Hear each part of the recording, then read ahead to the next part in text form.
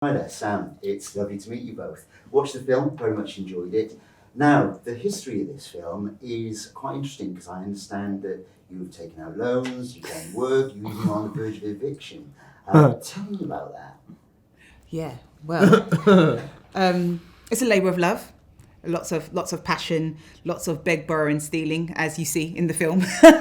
So it's right on trend, I'd say. But we gave everything to this film, and we called them friends, called them favours, called him the Lord himself, and we made it work. So yeah, we're really happy. We're really happy with it. Everything what she said. I mean, it's obviously it's an independent film, and we had the idea many years ago. So it's been in the womb, so to speak, and brewing.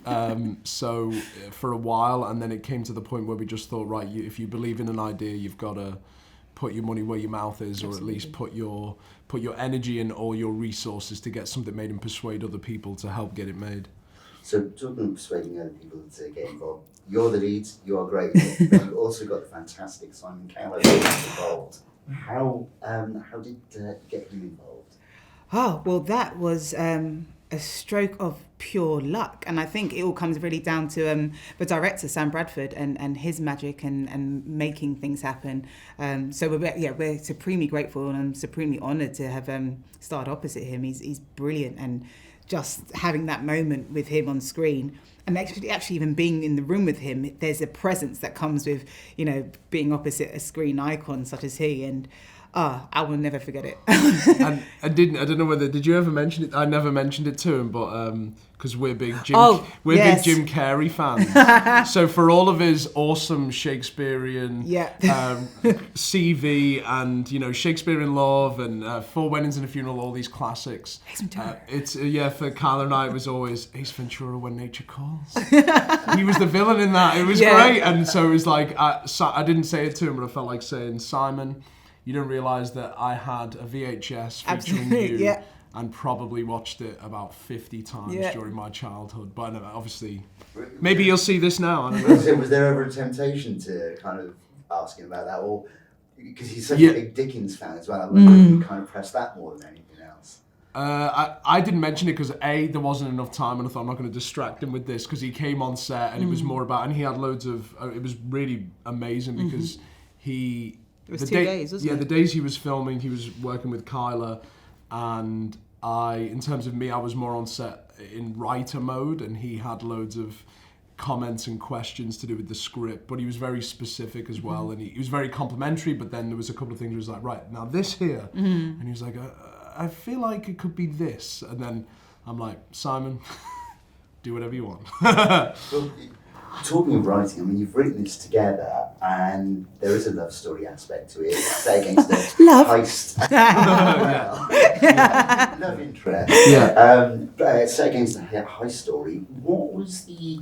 Why did you go for those genres? I think we'll always be kind of rom-com fans. And I don't think there are enough rom-com fans that have, or rom-com films that have women like me front and centre. And that was the big sort of motivation for us creating this film in the first place, making sure that we were being the change we wanted to see, making sure that we were able to see films that were more reflective of the places that we come from and the people that we know. And so when we were watching, was it Out of Sight was one of ours, and Mr. and Mrs. Smith was another inspiration of ours. And we were like, let's just do that. Let's just lean into the films that we love the most, that have a mixture of kind of flirty, fighting, fantastic films. And even to an extent as well, the like White Men Can't Jump. Of course. Woody Harrelson and Rosie Perez. Absolutely. What is a quince? And just showing. But also, I feel like, and especially now that we've watched it more than once, I think it came about because of. Even though we might have sat down and thought of the plot, but and even Sam Bradford, the director, it naturally gravitated towards a bit of romance and a bit of comedy as well. Yeah, I love to hate him. Now, having written this, the one thing I did notice is that there's a lot of police jargon in this, or police knowledge in it. So you mentioned Section 18 assaults, there's procedure. Oh, yeah. There's Section 18. So where did that come from? Did you liaise with police about researching the script? We had police not correspondent, what are they, consultant on set with us at the time, and I think it's just a lot of I can't remember who that was. we had someone on when we were doing the Rad days. We had when we had the armed Oh yeah, we had. So we had someone on set then. But in terms of your writing, dear, I'm assuming you you did your research. Yeah, well, it was and whatnot.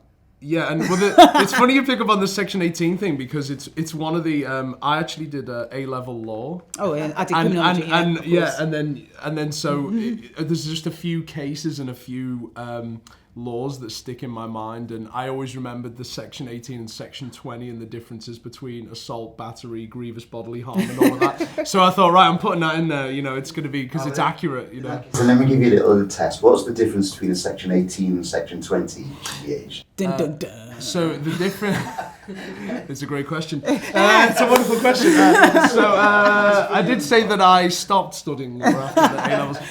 As many moons. So the difference was that one of them, it's the grievous and the actual bodily harm difference is that if it's grievous, it's I think there's an intent to. That's it, yeah. Yeah, there's an intent to cause harm, whereas oh, there we go. Yes, Mr. Hines back from Wirral Grammar School will be pleased. Yeah. Great. Okay, so you alluded to the firearms in this. You have firearms, pistol in this. Yes. You also have a fight sequence in this. So yes. Just how did you find dealing with all those with the armourer who was on set? Well, we had a great stunt coordinator, Anna, who she really just helped us craft that whole thing and made it look and feel safe, but also fantastic and action packed and brilliant. I think it was the first time holding a weapon like that and aiming it at somebody, and it's very daunting. It's like, obviously, we're Brits, we don't come into contact with like weapons like that all the time, so it was daunting, but it was also very fun. It made me feel like what did it make you feel like? I don't know. What did it feel like to shoot you? I don't know. But it was also very sort of exciting and thrilling. But yeah, I think if it wasn't for Anna and having her there and working with us and getting the kind of the stunt choreography right, and making sure that we all felt safe in that environment, it wouldn't have come out as great as it has done. I'm just wondering, because in the lift sequence, Sam gets a bit of a battering. Oh, a little bit. I think he gives as good as he gets in that. I'd like to think I hold my own. So finally, with film all done and moving on, will there be a sequel, or have you got other plans? Yeah, I mean, there a lot of people have asked about us having a sequel or whether or not it's going to develop into a series or not. But I think the characters of George and Jen are definitely alive. And looking for their next big job. Yeah. And people can just enjoy this one first. Yes, enjoy this one. And then we'll cross that bridge, when it comes. Great. Thank you very much. Thank you. You're welcome. A pleasure.